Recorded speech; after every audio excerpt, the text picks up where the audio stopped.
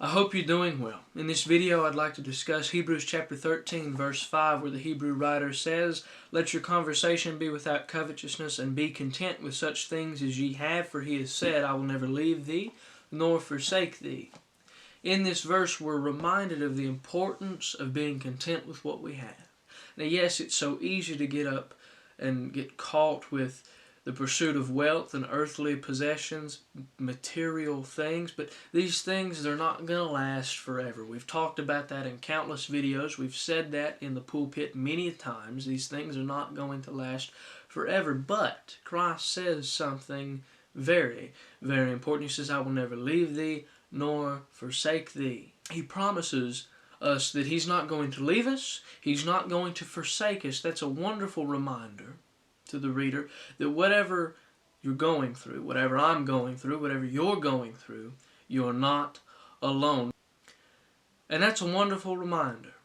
His love for us is something that's constant, it's unchanging, even when our circumstances might be a little uncertain.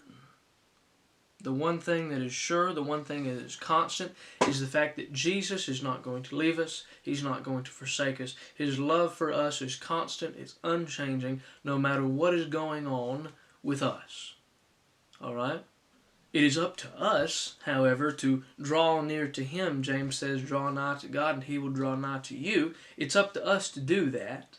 But still, when we put our trust in God, we can find this true contentment that verse 5 is talking about.